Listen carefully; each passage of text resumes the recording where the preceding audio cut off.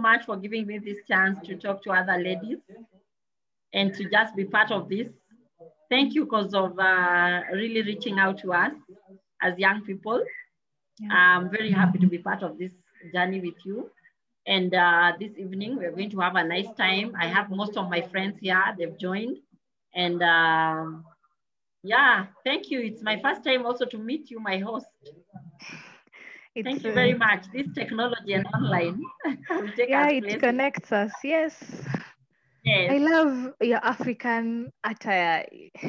You look so authentic. Yeah, I love my culture. So I make sure that I put on this every time that I have to be out there or even appearing on any talk shows that I have to do because my Maasai culture, I love it. Yeah. Wow. I wish sometimes I find myself, I tend to shy away from it sometimes. So I hope to reach the level of confidence, and it's good. And it's a coincidence because the topic, the major focus of today is self-confidence, and you're really exuding it. The major focus today is self-confidence. And I'm happy because it's young people who are organizing this. So we want to we are the trendsetters. We are the ones who are ahead of you. And we want to make you and assure you that the world out here is hard, but you can make it. Yeah. So, okay. I'm saying we're at about 19 participants. So I think we'll start. Is that okay with you? Yes, it is. Yeah, more people join as we move forward. So maybe as we begin, you could kindly reintroduce yourself as we move into the session. Yeah, my name is Bernadette Loloju. I'm the Chief Executive Officer of the Anti-Female Genital Mutilation Board. The Anti-Female Genital Mutilation Board is a government agency under the Ministry of Public Service and Gender. So it's a government agency, not an NGO. And our work is focused on ending FGM. And for now, Kenya, we have a presidential directive to end female genital mutilation by 2022. For those who don't know what female genital mutilation is, female genital mutilation is the worst form of gender-based violence meted on women and girls. And we have communities that practice FGM. My community is one of the communities that practice female genital mutilation. And in Kenya, we focus on 22 counties with very high prevalence of female genital mutilation. So many people in this country don't understand what exactly FGM is. And so it is our role as Anti-FGM board to create awareness and make sure that people across the board understand what happens to women when they undergo the cut. At the moment, more than 4 million women and girls in Kenya are living with the consequences of female genital mutilation. And in the world, we have more than 200 million women and girls facing the consequences and living with the consequences of female genital mutilation. If we do not take charge and really make sure that the statistics come down, then we have so many other girls who are at risk of undergoing the cut. And so that is the work we do. And as the CEO, my role is to make sure that this happens. Yeah, thank you very much. Okay, thank you. Maybe just while we're still on your role, maybe you could tell us, like today, in a typical day, how does your day flow as the CEO of the Anti-Female Genital Mutilation Board? Give us a view of how your day is in holding such a position. Yeah, for me as a mother, a wife, my day starts with my my husband, my children, making sure that they are prepared to take their duties of the day. And as you know, for now, the children are back to school. So the first thing I did this morning was to make sure that they had breakfast and they were ready for the day. Then at the moment, I start also by looking at my emails, what is happening online, and just making sure that I'm updated of world news and also Kenyan news, and also my area of specialization, which is female genital mutilation. Then from there, I take off to the office. At the moment, after the opening of the country, the third wave. Now we are back to the offices, but we also have a lot of online meetings. But today I had a lot of work on my desk, which I had to deal with, and a few meetings with a number of people. I left the office a bit late, at around 5:20. I didn't have lunch. I didn't have lunch. I worked through the day, then got into my car and got, not my car, but my, I'm facilitated as the CEO. So I was driven back home, a lot of jam along the way. I got home at around 6:30, some minutes to 7, then prepared myself for this meeting. Yeah. So by the time I was sitting here, I've not had a cup of tea.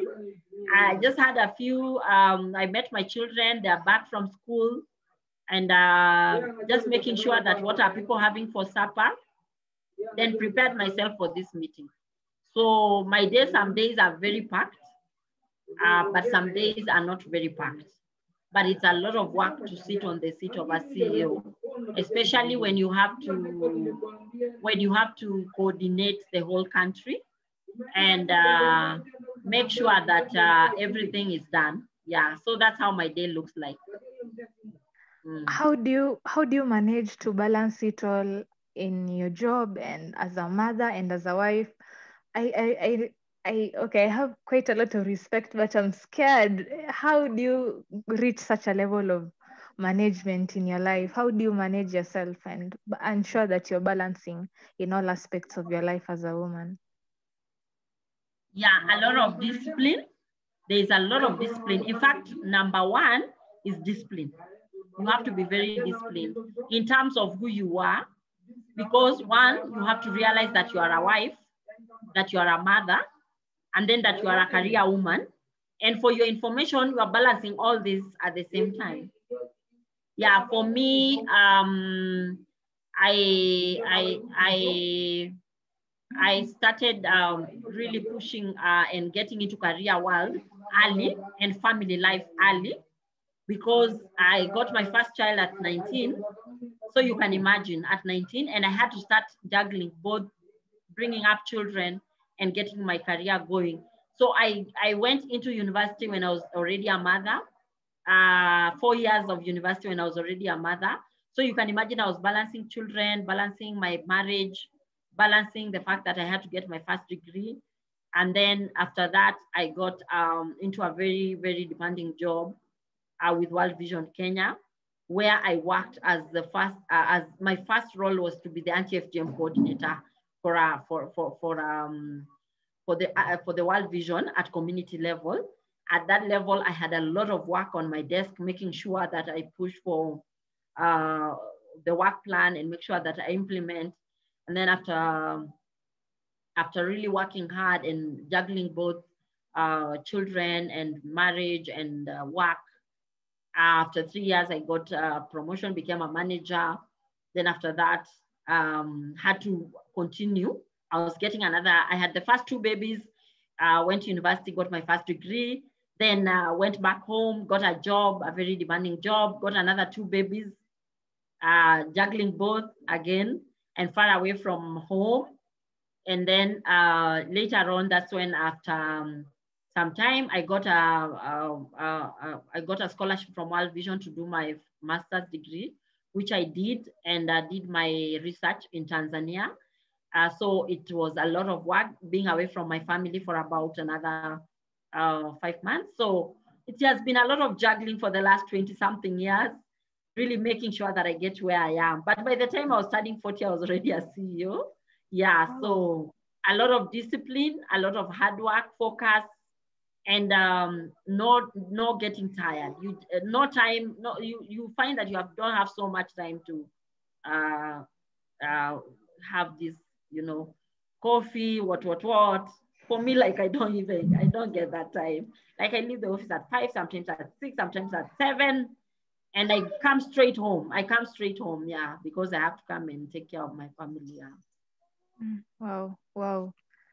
And okay, maybe just to take you back, I love that you've given us a run through from way back when you're 19 up to right now. Yes. Yeah, it's quite some growth from that time, considering you had your first baby at 19. It's quite a lot of growth and a lot of dedication and discipline to reach up to this level. So maybe, okay, you had mentioned that you worked for World Vision Kenya, and also World Vision Kenya focuses on child protection and education, disaster management, and faith, if I'm not wrong. And also FGM is also focusing on the girl child and all the cultural aspects. Okay, there's some kind of alignment in both of those jobs. So maybe I want to understand, how did you start developing your passion? How did it all grow? Where did this all begin? Your passion on giving back to the society and ensuring the girls and the children are well catered for. Yeah, I'm born and brought up in a small village called Rombo at the border of Kenya and Tanzania. And from the beginning, we were not like, we were brought up in a community that believed that girls have to get go through FGM, then get married, and that's all. But I was very lucky because my dad was a teacher before he became a chief. Yeah, my dad decided to stop teaching, and he even became an inspector of schools, but he just said he wants to go back home and become a chief so that he could spend more time with his children and focus more on making sure that we got the best. In fact, my dad made sure that the girls were given more attention in terms of, because we went to boarding school, and then that one for me, and the fact that Catholic school where I went for my primary school, the nuns, the sisters were the ones who were taking care of us, and we would always want to be like them. They were our first role models, and we'd go to the convent, and you like the cleanliness and everything about the convent. Then we also had our teachers. We liked seeing our teachers in high heels and all that. I think I always wanted that kind of, and then if I see someone in well done braids or well done nails, I also wanted that. So from the beginning, I was always focused on leaving my village and becoming that girl who would make all the difference. So I worked hard from the beginning just to focus on becoming who I became when I exactly turned 40 years. So my passion came from the fact that I had the chance to get myself to where I was, but so many of my colleagues and my friends in primary school never made it this far. Because for me, I was in primary in that village, but got a chance to get to Alliance Girls High School in Nairobi. My first time to come to Nairobi, my first time to see so many things. And after that, I said, I cannot leave the others behind. I needed to really go back to the villages and make sure that I become the role model for the girls. So my working with World Vision made me really even love this job more and love working with the community more. And for your information, I first went to do meteorology. That was the first course I went to do. Yeah, I'm a meteorologist, but I thought I cannot be a meteorologist, I think. And the government did well because at that time we were retrenched by the government in the year 2000. So that's when I moved and decided to take a course in community development at Daystar University. So from there, and after working for World Vision, my passion now grew. I would meet these girls that had never seen electricity, they had never seen running water, they had never seen so many things. And we would bring those girls and take them for, we would call we would take them for a tour from their village. Then we would take them to another village. Like we would take us from Narok to West Pokot, sometimes from Narok to Nairobi, just to show them what is out there. And I didn't know that I was also acting as a role model for other girls, because some of the girls today have grown up and they finished university, they're working, and they can remember the first day they saw me. They can even remember the dress I was putting on. And some of the ladies that we have worked with are in this forum today. And I became a role model for the girls out there. And that one made me really want to be better and to become a better person so that the girls would get more, they would get more, they would want to follow my footsteps. And God made it possible for me to even reach where I've reached. It is not by my might or anything. It is God. For me, it is God. Yeah. The way I even became CEO is still, it's a mystery. It's God's doing. Yeah. Wow. Okay. So okay, you came from World Vision and into the Anti-Female Genital Mutilation Board. So did you do prior work on FGM, or how did your passion now end up focusing on that specific field? Yes. As I said, when I joined World Vision in 2007, I joined as the coordinator for the anti-FGM program in Narok. So that's where it started. Yeah, even though when I was at the university, we used to do a lot of outreach work, and we would also still create awareness on FGM and child marriage. But now my first work and really hands-on work on FGM was when I was made in 2007 to be the coordinator for the anti-FGM program for World Vision in Narok. Yeah, that's when I started now doing the FGM work itself. Yeah. Oh, okay. So maybe a question that I've been having on FGM. Currently, sometimes I follow the news on FGM, and right now, I think I was following it on social media. Some people are saying that sometimes you find that the ladies in the communities in the counties, you find that the young girls are the ones who push that they want to be, they want to undergo the whole process so that they can feel as women. How do you approach such situations, or how do you, because I'm sure you've done quite a lot of work on the ground, if you meet such a situation or such girls, how do you manage? Because it's quite a lot. How, I'm not sure how you'll talk to this lady, or how exactly do you go about such situations? Because that's what I'm told, that what is happening currently. Yes, there's a lot of awareness on reducing FGM, but sometimes you find the girls are the ones who are pushing for it, that they should have it. How do you normally handle such a situation? Yeah, so what makes them want to go through FGM is because that's the only thing they know. Yeah, so when we were growing up, FGM was so fashionable. Like, it was the in thing. It was the what you needed to do to become part of the group. Yeah, so there's a lot of peer pressure for the girls to go through FGM. So what we have done is that we are doing a lot of peer education, whereby now we want to have more girls saying no to FGM than those who are saying yes, so that we can have the scale tilt to the other side, where more girls are saying no than those who are saying yes. And all this goes with the anti-FGM campaign goes with development. It goes with education. It goes with exposure. So if you're not exposed, if you don't know anything beyond your small village, then you'll always think your village is the best. So when you get out of your village and now go out and become part of the other communities, then that's when you realize FGM is not a priority. So we are really facing a very big challenge, especially for girls who want to be taken through the cut, because they believe that they cannot get married. Even their parents think they cannot get husbands. And it's true, some of our men, most of our men from the communities that cut, believe that a woman has to be cut for her to be marriageable. So now what we are also doing is that we are now using the men, the young men. We have the Youth Anti-FGM Network Kenya, where we have young people, young girls and boys who are joining the campaign by telling girls that they are okay even without the cut. So that if you have boys from the university coming back home and telling you you're okay the way you are even without undergoing the cut, then the girls have more confidence to say no to the cut. Yeah.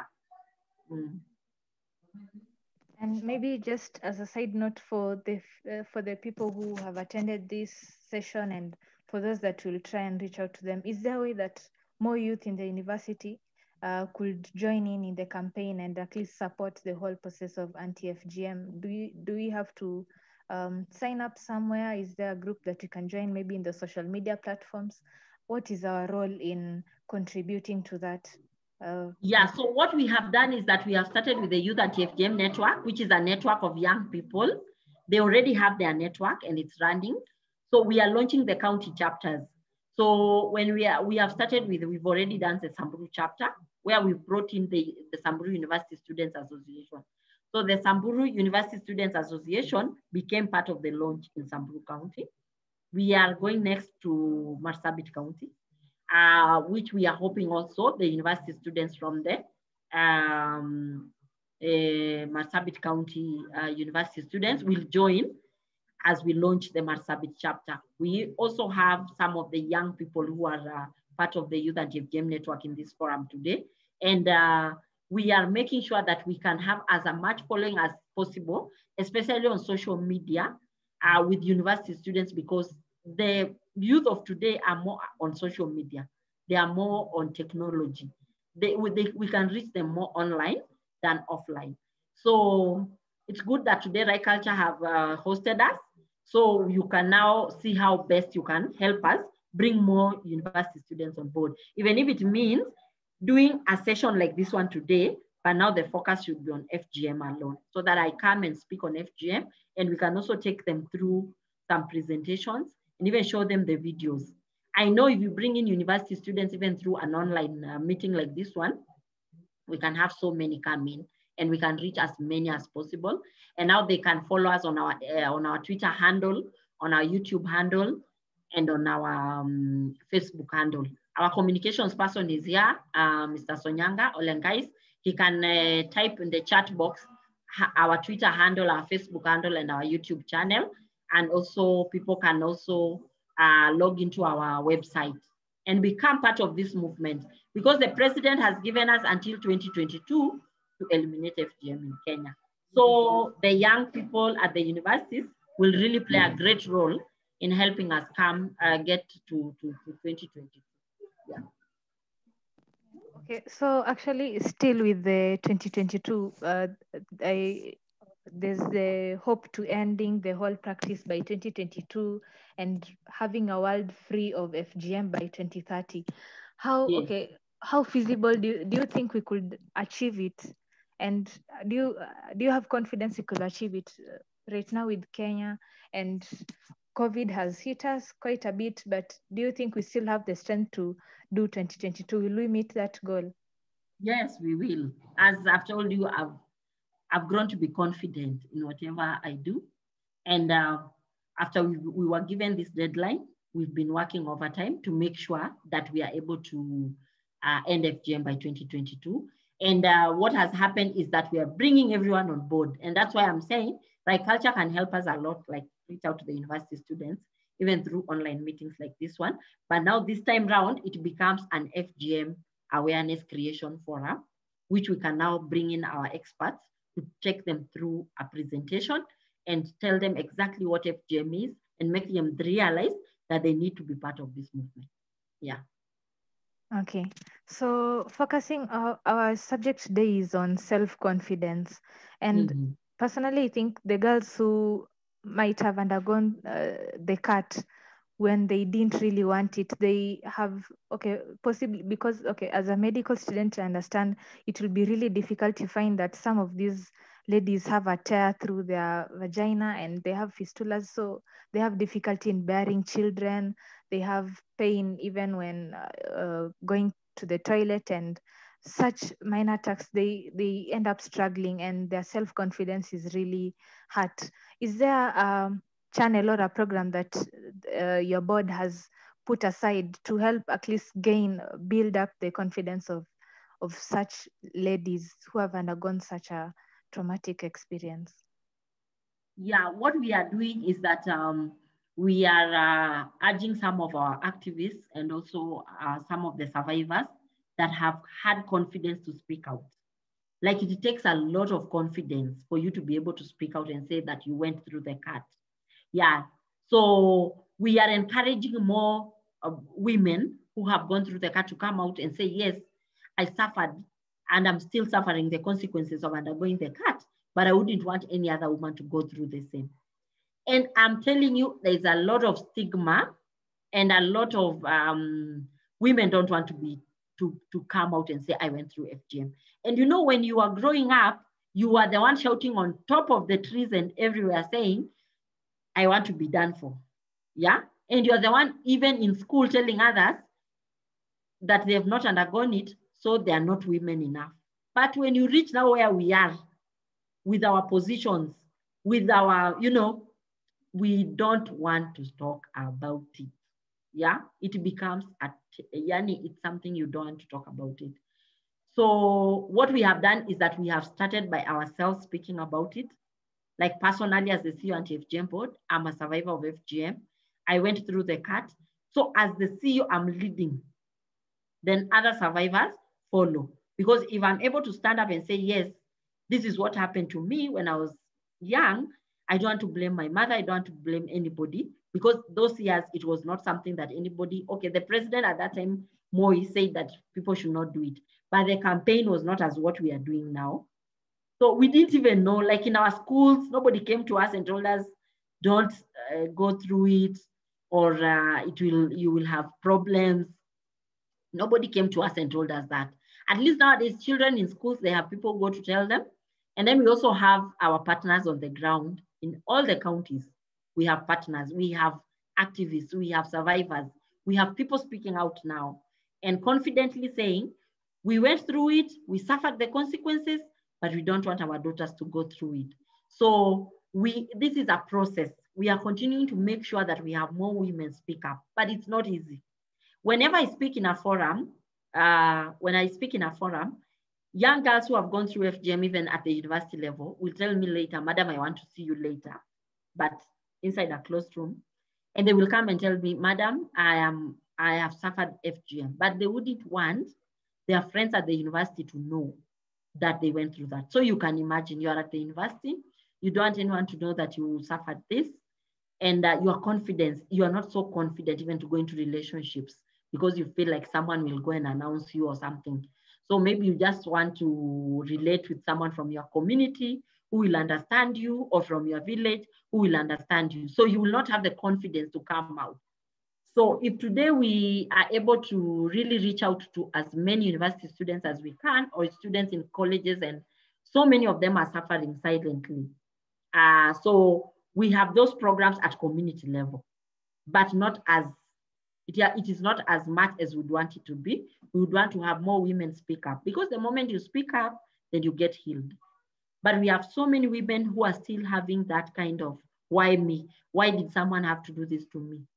Why did they have to make me live with the consequences for the rest of my life? Because for this one, you go to the grave with it. Because even if we have the doctors who do the reconstructive, it's not as the way God created you. You will be done for the reconstructive, but you'll not go back to, yeah. So we are asking for young people like you and the rest who are doing medicine, doing all those courses at the university. We are also trying to introduce FGM content into the curriculum for the medical students. That is both KMTC and the university, because most medical students don't also understand what happens to women. Because if I give an experience of what happened to me when I was getting my first child, you'll realize that that student did not understand what they were looking at, or what I had suffered. Yeah. So now that I am in this position, that I have a voice now to really have a voice for the other girls, then it's important for us to really work towards making sure that we bring as many girls as possible to have a voice. But I want to thank our partners on the ground, because they are helping us. We have some who have rescue centers, some who have girls in, and they're really helping those girls to get a voice. Most of these girls don't have a voice. So ours is to make sure that they get that voice, that they are able to express themselves. We are losing many girls at primary level, before joining school, at secondary level, because they have no voice. So they just end up getting wasted at that level. But we are trying as much as we can to make sure that we have as many survivors speak up as possible. Yeah. And how did you manage to regain your self-confidence and speaking out from a personal experience? How did your journey in going out and speaking out and confessing that, yes, I went through it and I survived and I am still strong, and you guys can also speak. How did your journey in regaining your confidence after that? How was it? I think the fact that also that I'm CEO Anti-FGM board, I had no choice but to be the first to speak out. Because I think maybe if I was not in this position, maybe even me, I would be somewhere hiding also and not really coming out. So maybe also my position and the fact that I thought now I have to really come out so that other women can also speak up. Then my chairperson, also the chairperson of the board, is also a survivor. And she's been in this campaign for many years, like more than 20 years. And for her also, it took time to get her confidence. So she also went through something they called vaginal monologues. It was something that they used to make you confident about your body. You have to be confident. Now you have no other choice because it already happened. So now you just have to get that confidence. It takes time, I can assure you. Even some people have to go through counseling for them to really come out and gain that confidence. But for me, I think my position now made me to, I sat and said, I have to lead so that, because I'm the leader, so that the other women can follow. And the best thing that happened to this country is that the person given the position is someone who has experience in the statistics of the 4 million plus. So I'm not speaking from an ignorance point of view. I'm speaking from a point of view of someone who has suffered the consequences and still living with the consequences. So for me, I speak passionately to make sure that no other girl goes through the cut. Any other one girl who goes through the cut is a girl too many. Yeah. So we are working towards that zero, even if it meant today having that zero. Yeah. And I'm sure in your position, you also interact with some of the perpetrators and some of the people who push for the agenda of girls having the cut. How do you handle, okay, what do you do? Are there laws put in place for the perpetrators and those who organize them? Maybe just to highlight them and make the people, everyone aware that there are guidelines set aside. Because even right now, apart from FGM, there's quite a lot of ladies are being killed, women in relationships are being killed, and there's also rape of children and all that. How do you handle such perpetrators, and how have you been interacting with them and all that?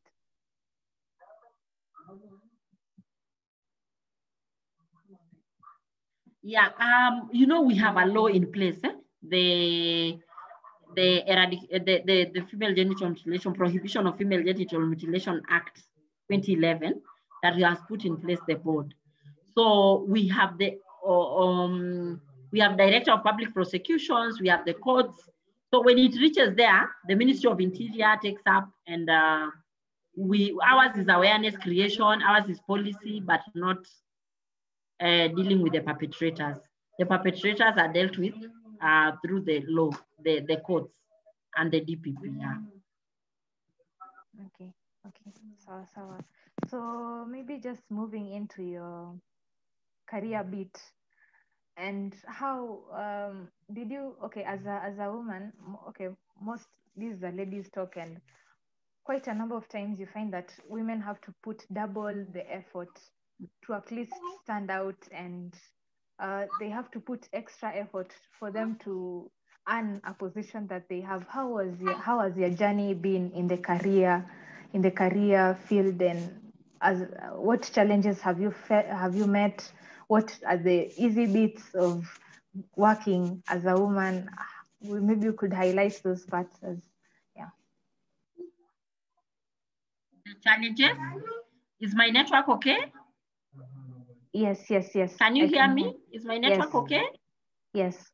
Yeah, because I'm not sure. It's saying my network bandwidth is low. So I hope you can hear me. Yeah. So have you said about my career journey? Yes. Yeah. So my career journey has been, like I had said before, for me, it's like I officially started working in the area of community development after I got my first degree. I graduated from my first degree when I was around 32 years. So that's where I now started my career journey. And so I had to really push myself to get where I am in terms of putting a lot of hours, putting a lot of hard work and sacrifice, but also making sure that I take care of my children and my family. But sometimes it's like holding, kidneys, you know, kidneys like, is it kidneys on your hands? Yani it can slip out of your hands. So family plus career, you find yourself sometimes you're losing one side. So you have to try as much as possible to balance. So it's not easy. It's not easy. It's not easy. It's a lot of work. Sometimes you lose out on some. Sometimes you're ticking boxes on one side and you're unticking boxes on another side.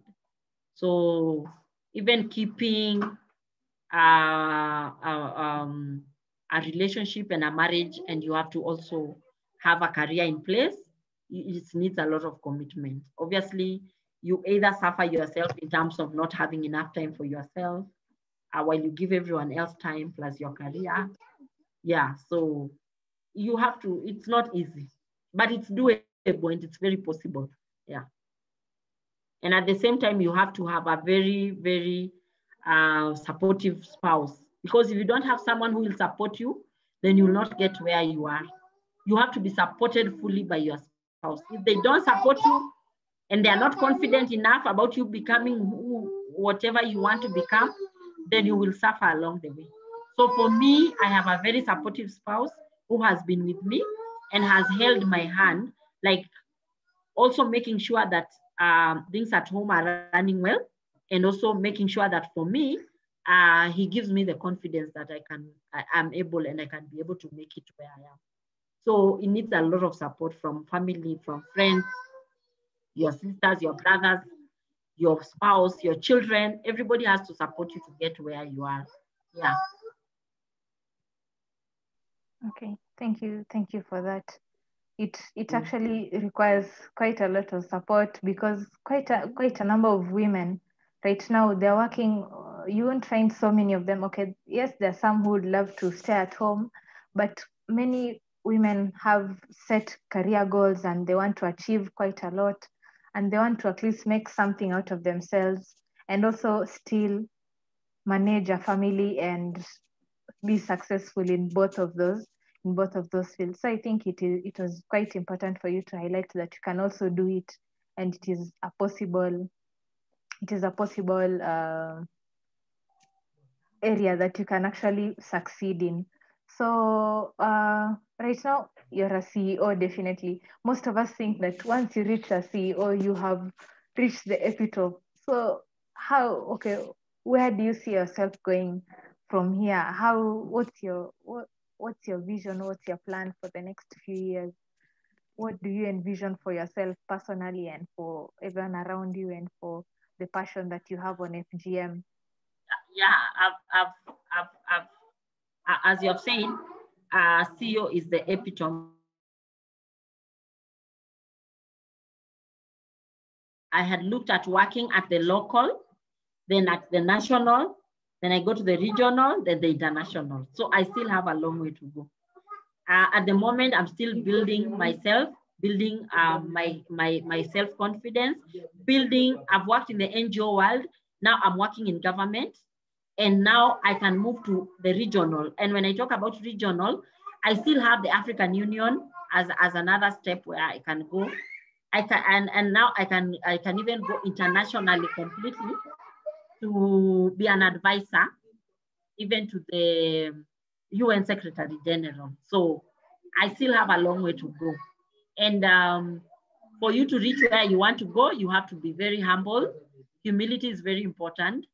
And you should not feel like when you're CEO, you have reached the end. No, I still have a long way to go. For me, this is another stepping stone to the next level. So I still have the regional and I still have the international. So maybe I'll be at regional when I'm in the 50s, then go to the international when I'm in the 60s. Yeah, because you've seen even the president of Tanzania is in her 60s, I think. Maybe 70s, I'm not sure, but she's somewhere there. That's when now she's the president. So when you listen to her story, she started from the local, like the same way I started from the community. I started from the community, now I'm at national, then I want to go to regional, then international. Yeah, and I'm seeing myself getting there.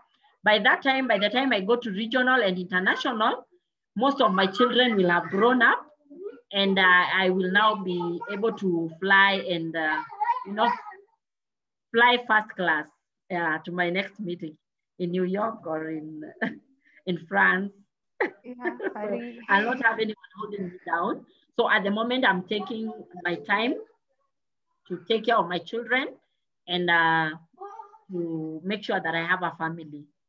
Yeah, and then the other years that will come, I will now be talking to my grandchildren on, yeah, on on WhatsApp. Yeah, when I'm somewhere. Yes. So I still have a long way to go. Yes, I have a long way to go. You still, yeah, actually that's true. You never really, yeah, I don't think you have quite, you can still make it. You definitely will still make it regional. With the work that you're doing, I'm sure there's a lot of impact and everyone can see it, because I'm sure other countries still face the same problems. Yeah. So now as maybe we wind up and you tell us a bit more on what you're closing up in. So as women, yeah, okay, education is important and there's a lot that we still have to learn. What are some of the life skills that you would encourage some of the women and some of the brothers here who would like to tell their sisters? What are some of the life skills that you think women should develop as they are growing in their career and in different aspects of their life? What are some of the crucial life skills that we should have so that we could at least achieve some of the goals that we have set down as ourselves? Yeah, one thing I want someone to know is that you have to believe in yourself. Yeah. Number two, don't compare yourself with anyone else. Yeah, we went to school with others in primary, we went to school with others in secondary, we went to school with others in university. But at the end of the day, it is about you. You have to look inward first before you look outward. So don't compare yourself with anyone else, because you are you. You remain, you have your name, and you are very unique. And everybody has their own way of moving and becoming who they want to become. Personally, I've grown from my 20s to my 30s and now in my 40s, and moving very gracefully into my 50s as I look at the future. So you should not look at anyone else. It is about you. It is about what you do to get yourself to the next level. If you think you need another degree, if you think you need to do your master's, if you think you need to do your PhD, it depends on you and the support system you have. Because you cannot kill yourself doing something and you don't even have a support system. You have children that you have to take care of. You have a family that you have to take care of. So you have to measure yourself. Where are you and where do you want to be in the next few years, both in family and in career? Please don't go and go for career. And then again, you remember that there was family to be done with. You can do both. Personally, I've done my degree and my master's with children. And it is a lot of stress, I can assure you, but it's doable. Yeah, it's very doable. One thing nobody ever said, that you died because you never slept. So you can sleep for 2 hours. You can sleep for 3 hours to reach your goals. You can do your homework at night. Even now, people can do better because there's online learning where you can do your online classes. I'm also lucky because I did online at that time. I did online. I did my master's online. Then I went now to the field to do my research. So it was also a plus for me because I was able to work, but at the same time do my master's. Yeah. So one, you have to measure yourself. How much support system do you have? And pray to God for God to give you the grace and everybody else to be there to guide you and to support you to get to where you want to be, because you cannot do it on your own. You need God and you need others. You cannot do it on your own, and you cannot tell us that you have reached where you are because you are the one who did it on your own with your own strength. No. Even your house girl, the one who takes care of your children, you should respect them, because for me, you can imagine, I wake up in the morning, I don't have a house girl, and I have a meeting, or I have to fly out of the country, or I have a meeting in Mombasa, I have to fly in the next few minutes. You can imagine the stress. You can imagine the stress I could have, because I need my children to be taken care of. I need my house to be taken care of. So respect everybody who has been with you along the journey. So there's a lot that people need to measure as women to get where they are. Don't allow social media to be your advisor. Yeah, I'm seeing people going to social media to ask, what should I do? How can you, maybe it's a 10-year-old advising you, or a 15-year-old, and I'm a 45-year-old woman asking for advice. You should also have a friend who you can call anytime when you're feeling so pressured, and it's someone who understands you. And even if you cry, they will understand that you're crying because there's an issue that is so hard on you. And when you have to cry, just cry. Cry, cry, cry, cry. Then after crying, sleep. Yeah? And allow yourself to sleep so that the next day you can find a way forward. Sometimes the pressure is too much. Sometimes the pressure is too much until you feel you can just even go back and become a housewife. It's easier to stay at home and nobody will disturb you. But now there are days after going through so much stress, you are celebrating. You are celebrating where you are. You are celebrating the woman you have become. You are celebrating, and others are celebrating you. So that one makes you to even feel that all the problems I went through, at least now I'm reaping something. Yeah. So there's a lot of sacrifice along the way to become who you want to become. Please, please, please let us not use our womanhood to get ourselves to where we want to go. You can make it through your own. You don't need someone else. You don't need a man to take you to bed for them to give you a position. No. I can assure people that you can make it on your own. And the way people say women get themselves to the top through uncouth ways, I can assure you, you can get yourself to the top through hard work, discipline, focus, and commitment. And number one, obviously, is prayers, asking God to guide you and to be with you as you move to that level. Yeah. Thank you so much. You have given quite a lot of advice. And I think, yeah, prayer is definitely quite important. You have to be disciplined. Yeah, saying hi. That's what it means to be a mother and a CEO at the same time. So hello. Hi. Hi. Yeah. Hello. So. Hi. Yes, you can unmute and say hi. Yes. So I think you have covered quite a lot. You have encouraged us quite a lot. You do not have to settle for doing less or going beyond your morality, your moral values to achieve some of the things that we can achieve just by working hard. We can all manage and at least succeed in life with discipline and hard work. I think that is the major point. I don't know if anyone has question before we move to the closing remarks and moving forward. Does anyone have a question? You're free to unmute and ask your question before we wind up and finish up.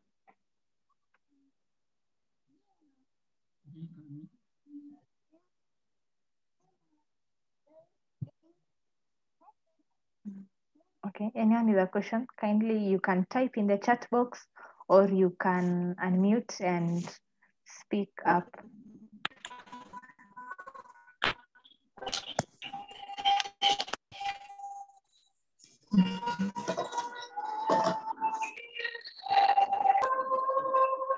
Okay, Josephine, I see your hand is raised. You can unmute.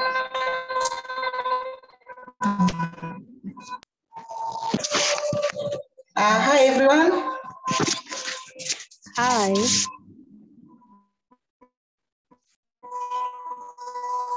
We are here, Esther Kuraru, following the CEO's story. And hi, Madam CEO, how are you? We are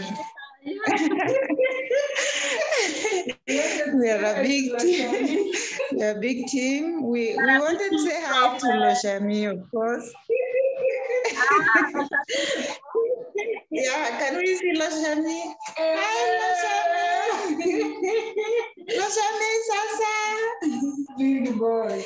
So, thank you, Madam CEO, for your advice for the success story we were keenly following, and be sure we've been motivated, and we will work.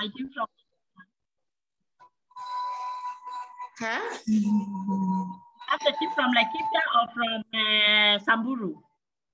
We are from Laikipia, Madam CEO. Yeah, Laikipia, like the Laikipia team. Yes, this Laikipia team. Actually, we are in Nyeri for a workshop on FGM for the next 3 days. So we are a big team. We are following you. So thank you for the story, and we will work our way to the top as you have advised us. It's possible, and we don't have to earn it in any other way except through hard work.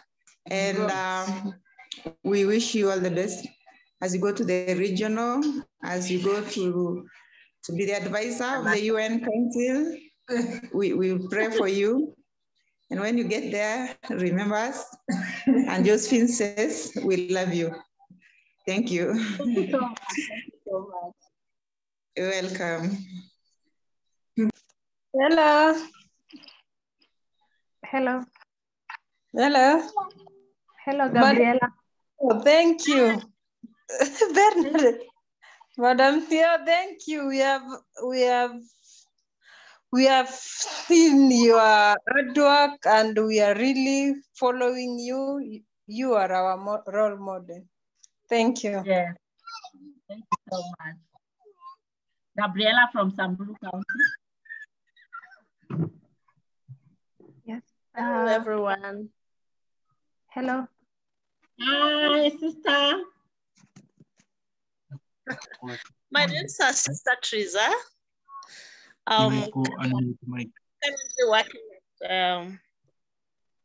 Currently working at in Samburu County, and in a rescue center, whereby majority of these girls run for rescue and also safety, searching for good custody. And I'm so happy to have met Madam Bernadette, who is a great friend of mine, and also already welcomed me to this forum. So I'm so grateful, Madam, and for the good job you are doing, and also more so for the current encouragement we always get from you. Actually, I'm on the ground dealing with such girls. Currently, I have 64 of them at the rescue center who have gone, the survivors of that, I would call them, and our marriages as well. And therefore, what she's talking, what Madam is talking, actually, I'm gaining a lot of wisdom and know-how on how to deal with them. And these girls actually needs a lot of counseling and also to be helped get that self-esteem, that self-confidence, as we have been saying. And therefore, it's a good, I thank God for this forum, and I thank God for the opportunity given to be in this forum, so that from it and through her, Madam Bernadette, CEO, I'll be able to gain more knowledge on how to go about it. Thank you so much, and thank you for your participation, everyone. Yeah, sister, I'll be visiting the girls soon. I'll visit again. Most welcome anytime. Thank you so much. I saw a hand raised up by Mesopir. Do you still have a question? Would you like to unmute? Oh yeah, hi, good to be here. Sorry, I'm not able to use my video because the meeting was on short notice. So I was not dressed up like Madam CEO for the meeting. So thank you very much. Just a quick one. Madam CEO was my boss in World Vision. And just as she said, discipline is everything in what you do, and humility. For sure, I think, in my own opinion, it's humility that has taken Madam CEO to where she is today, because you can barely know who is the boss when you are together. So as I would like to encourage other women, in whatever you do, remain humble. Let God raise you, don't raise yourself. Keep it up, madam. And I just logged into the meeting because I always check her status. She always has something that I learn from. She has been my role model all these years, and I'll keep following her. Akienda ku expatriate, we are coming there, madam. Thank you so much. Yeah, you're following me. Unyo kwa unyo. Thank you. So that was she's the one who took after me from World Vision when I left Narok as the Anti-FGM coordinator. Yeah, and also her, she's now national. She's following me. Oh, thank you so much. Thank you for your comments. I think we're getting some inspiration. People can actually attest that your hard work and humility really pays, and I hope all of us can learn from it. I see Mohammed Kaltuma has raised a hand. Would you like to talk? Yes, you can unmute. Good evening, everyone. I'm so happy to be here. I saw Madam CEO's status and I said, because she has been my role model, I really wanted to join the meeting and hear from her. She has been an inspiration. I've known her for so long and I know her discipline and hard work. Wherever she is, it's purely hard work and discipline. I'm so happy for her and wishing her well. I know she will go far with the discipline she has, and with determination, she will go regional and she will go international. That one I'm sure, and I know she can achieve that. I'm so happy for what she's doing for women out there. Continue doing the good job. It's a good thing. We are very happy for you, and I'm one of your cheerleaders. Thank you. Thank you so much for that. I see in the chat box Evelyn and Ikokia. They're both saying that you keep on grinding and keep on going on, because I think you're such an inspiration to so many people out there, and it's good. We'll try and populate this recording as much as possible so that many girls can get an inspiration and know that even if you go through so many challenges, I know there are some ladies who even get children in university and give up. You can still make something out of yourself, even though you start at a different position. And I think your story is quite inspirational. So maybe as we wind up, I think everyone has spoken. You could give us your vote of thanks and your closing remarks, and we could end the session there. Yeah, I want to say thank you so much, Michelle. Was it Michelle? Yes, Michelle. Michelle Mayuba. Yes. Yeah, it's David Otiambo who called me out and said he wanted me to come and speak. I met David in Kenyatta University, either Kenyatta University, yes, I think Kenyatta University, when we went to talk to the students there. And David has been with me all along. He's one of the students who followed up and really never gave up. And that one has really made me know that there are people out there who can really be very, very, they can follow you and really want to be like you.